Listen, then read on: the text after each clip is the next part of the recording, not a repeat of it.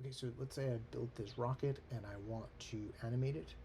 Um, I'll note that if I try to animate it, I don't want to animate it with all of these individual pieces. So how do I get it all together? So there's a bunch of different ways you could do that. One, I could select all the pieces, and in the modeling menu set, go up to mesh and then combine, and that will make them one object.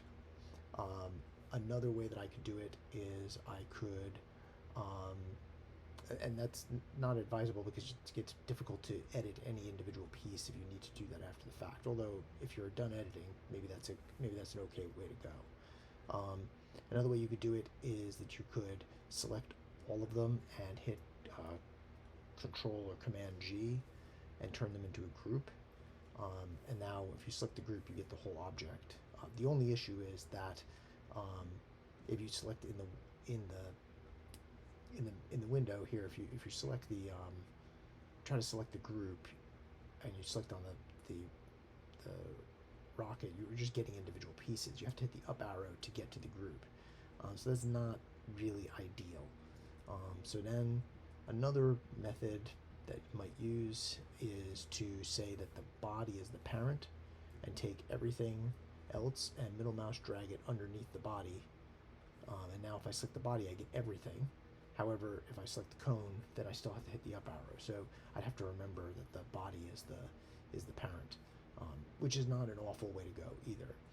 However, when you're animating, most times what you're looking for are control curves to animate with. So why not put a control curve on this also? Um, so what I'm going to do is I'm going to select all of these things and I'm going to hit Control or Command G and call this rocket. So it's a group, just so it's organized. Um,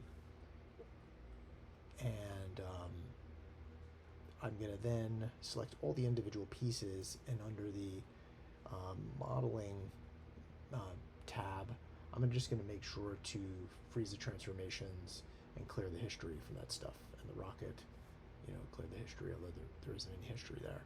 Now I'm going to hit the curves menu, and I'm going to add a circle, a NURBS circle, and I'm going to make that bigger here, and I'm going to move it up. And I'm just kind of arbitrarily putting it in the middle. It seems like a good place to have it. And I'm going to call that rocket control. Select that rocket control there, and go up back to the polymodeling shelf, and you want to freeze the transformations and delete any history that's there. And then you just middle mouse drag the rocket under the rocket control, and that gives you that parents